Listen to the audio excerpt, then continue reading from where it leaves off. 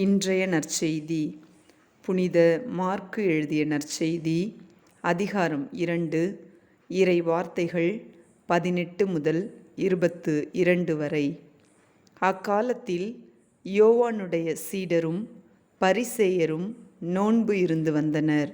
சிலர் இயேசுவிடம், யோவானுடைய சீடர்களும் பரிசேயருடைய சீடர்களும் நோன்பிருக்க உம்முடைய சீடர்கள் ஏன் நோன்பிருப்பதில்லை என்று கேட்டனர். அதற்கு இயேசு அவர்களை நோக்கி, மணமகன் தங்களோடு இருக்கும் வரை மண விருந்தினர்கள் நோன்பு இருக்க முடியுமா? மணமகன் அவர்களோடு இருக்கும் காலமெல்லாம் அவர்கள் நோன்பு இருக்க முடியாது. ஆனால் மணமகன் அவர்களை விட்டு பிரிய வேண்டிய காலம் வரும். அப்போது அவர்களும் நோன்பு இருப்பார்கள்.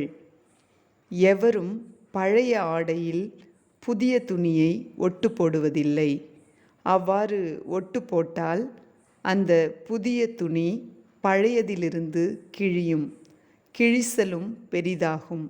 அதுபோல பழைய தோற்பைகளில் எவரும் புதிய திராட்சை மதுவை ஊற்றி வைப்பதில்லை.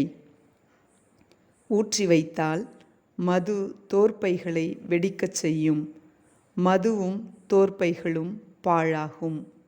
புதிய மது புது தோற்பைகளுக்கே ஏற்றது என்றார். இது ஆண்டவர் வழங்கும் அருள்வாக்கு. இறைவனுக்கு நன்றி.